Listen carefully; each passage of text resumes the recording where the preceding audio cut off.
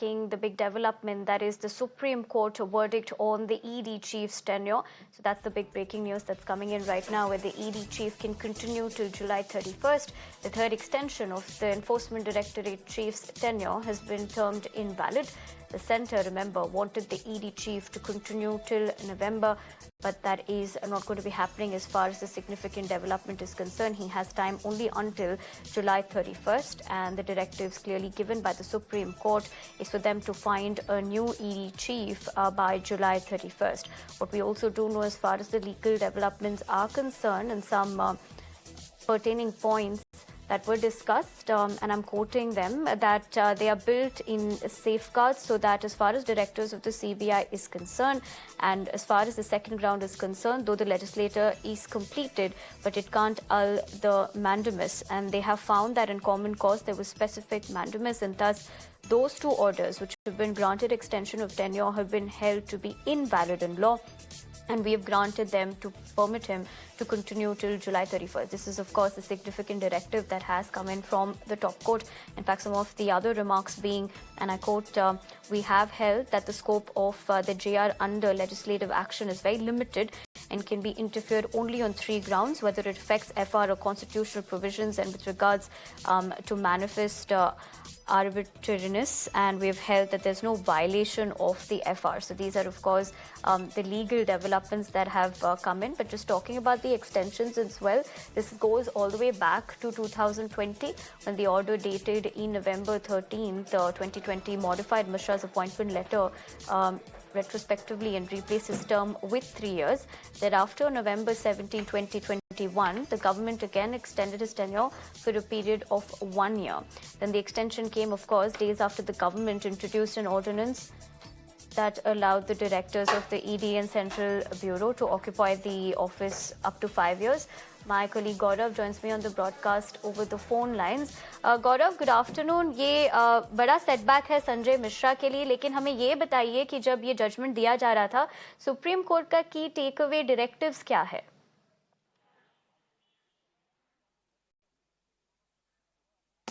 देखिए, आज basically supreme court को बैच ऑफ पिटीशंस पर ऑर्डर देना था, जिसमें दो चीजें चैलेंज की गई थी। पहला ये कि एक ऑर्डिनेंस लाकर ईडी और सीबीआई के जो डायरेक्टर्स होते हैं, उनका जो टेन्योर है वो 5 साल तक बढ़ाने का जो एक फैसला था सरकार का, उस ऑर्डिनेंस को चैलेंज किया गया था। और दूसरा था कि मौजूदा ईडी डायरेक्टर संजय मिश्र का जो टेन्योर जो है वो बार बार बढ़ाया जा रहा था, उसको चैलेंज किया गया। और सुप्रीम कोर्ट का जो ये ऑर्डर है वो देखा जाए तो केंद्र सरकार के लिए दोनों ही मामलों में अच्छा भी है और बुरा भी है।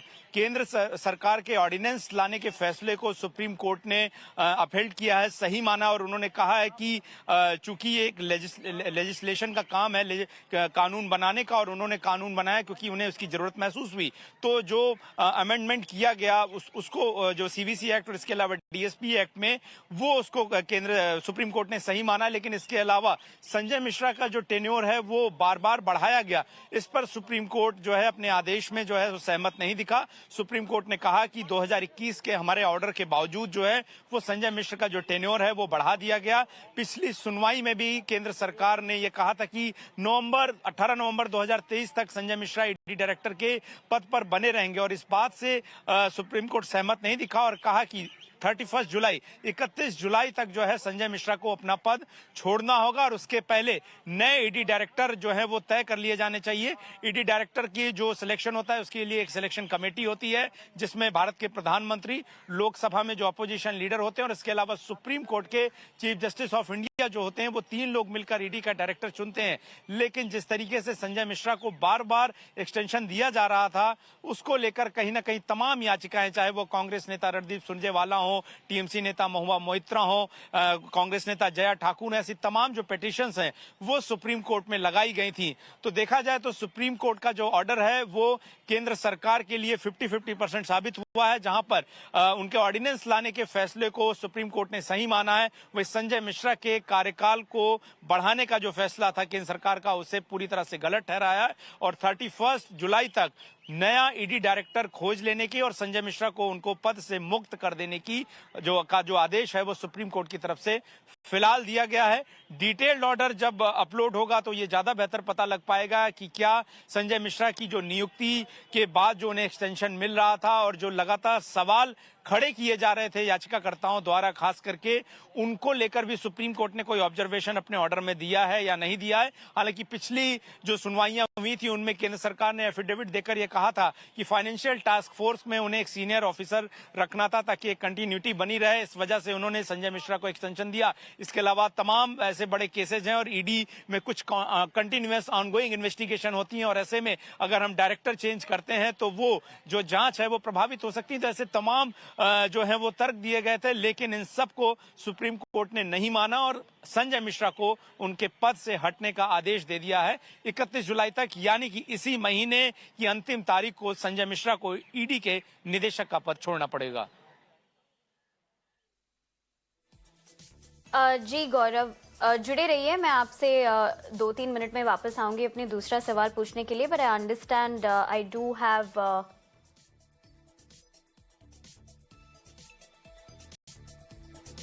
Charan Singh Sapra joining me from the Congress. Thank you very much for joining us on the broadcast and talking to us. What is your first reaction with the fact that the Supreme Court has given its verdict on the ED chief's tenure not being extended?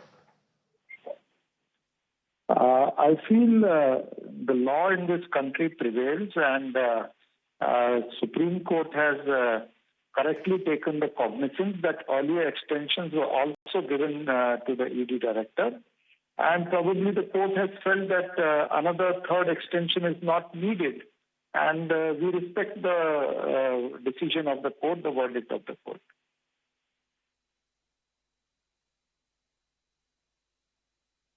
Right. Thank you very much for talking to us on Mirror Now and giving us your comment about this big verdict that has come in.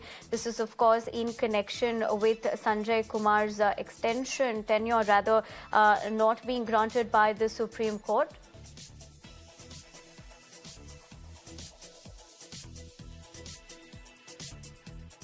I'm going back to my colleague Gaurav, who's continuously tracking this for us. Gaurav, अगर हम संजय मिश्रा के बारे में बात करें, इनकी जो tenure रहा है ईडी चीफ के तौर पर, कब से इन्होंने ये पोजीशन होल्ड किया है? देखिए, पूरे 18 नवंबर 2023 को पूरे 5 साल जो हैं संजय मिश्रा पूरे करने वाले थे। तो जाहिर सी बात है कि 5 साल पहले जो है संजय मिश्रा ने ये जो ईडी डायरेक्टर का जो कार्यभार है वो संभाला था और पिछले 5 साल अगर देखे जाएं तो ईडी के लिहाज से काफी ज्यादा हलचल भरे रहे हैं और तमाम ऐसे मामले, खास करके अगर हम बड़े मामलों में देखें, बड़े पॉलिटिकल मामले जिसमें नेशनल हेराल्ड का मामला हो या इसके अलावा तमाम ऐसे आय से अधिक संपत्ति के मामले थे, जो डिस्प्रपोर्शनेट एसेट्स के जो मामले थे वो इसमें पहुंचे। इसी बीच पीएमएलए के तमाम जो सेक्शंस हैं उनको भी चुनौती दी गई थी। तकरीबन 200 से ज्यादा पिटीशंस जो हैं वो सुप्रीम कोर्ट में पहुंची थी। हालांकि अपने फैसले में सुप्रीम कोर्ट ने पीएमएलए के प्रावधानों को, उनके सेक्शंस को जो चैलेंज करने वाली तमाम जो पिटीशंस थी उनको डिसमिस करके पीएमएलए एक्ट को जारी रखा था। तो कहीं ना कहीं देश की सबसे प्रीमियर और पावरफुल इन्वेस्टिगेशन एजेंसी जो है वो ईडी बन गई थी और लगातार उस पर आरोप लग रहे थे कि कहीं ना कहीं पॉलिटिकल टूल की तरह इसे इस्तेमाल किया जा रहा है।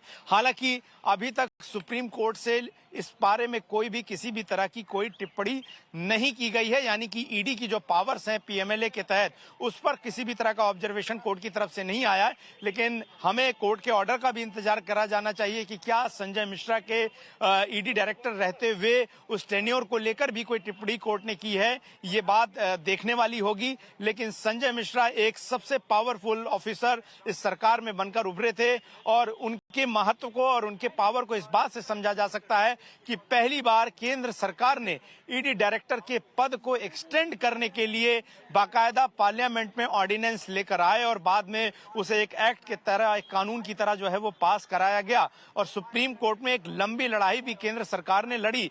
कहीं ना कहीं संजय मिश्रा को एक्सटेंशन दिए जाने के फैसले पे साथ जो है वो केंद्र सरकार पूरे टाइम उसके समर्थन में दिखी। और आज भी मैं आपको बता दूं, ये वाकया जब हुआ, जब जस्टिस BR गवई जब जजमेंट पढ़ रहे थे तो उस वक्त उन्होंने कहा कि 31 जुलाई जो है वो आखिरी तारीख होगी संजय मिश्रा के टेन्योर की एज ए ईडी डायरेक्टर। तब एक बार बीच में जो सॉलिसिटर जनरल तुषार मेहता उन्होंने पूछा कि क्या ये 31 अगस्त है, तो सरकार को इस बात की उम्मीद नहीं थी कि संजय मिश्रा का जो टेन्योर है उसे कर्टेल कर दिया जाएगा। और अगर देखा जाए तो अगस्त, सितंबर, अक्टूबर तक तकरीबन 3-3.5 महीने का जो पूरा उनका टेन्योर है वो कम कर दिया गया।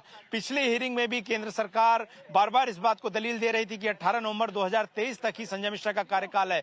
तो कहीं ना कहीं एक सेटबैक जरूर है सेंट्रल गवर्नमेंट के लिए इस लिहाज से कि वो जिस ऑफिसर को आखिरी समय तक उनके पद पर बनाए रखना चाहते थे उसमें वो सक्सीड नहीं किए हैं। लेकिन सबसे बड़ी राहत की खबर यह है कि जो ऑर्डिनेंस वाला इस पूरे मामले में जो हिस्सा था, जो इन याचिकाओं में चुनौती दी गई थी, उस ऑर्डिनेंस को जो कि बाद में कानून बना, सुप्रीम कोर्ट ने उसे लीगल माना है, वैलिड माना और कहा है कि जो लेजिस्लेचर होता है, जो संसद होती है या कोई भी विधानसभा होती है, वो अपने जरूरी मामलों पर कानून बना सकती है, उसकी स्वतंत्रता है और कोर्ट उसमें किसी तरह का कोई इंटरफेरेंस नहीं करेगा।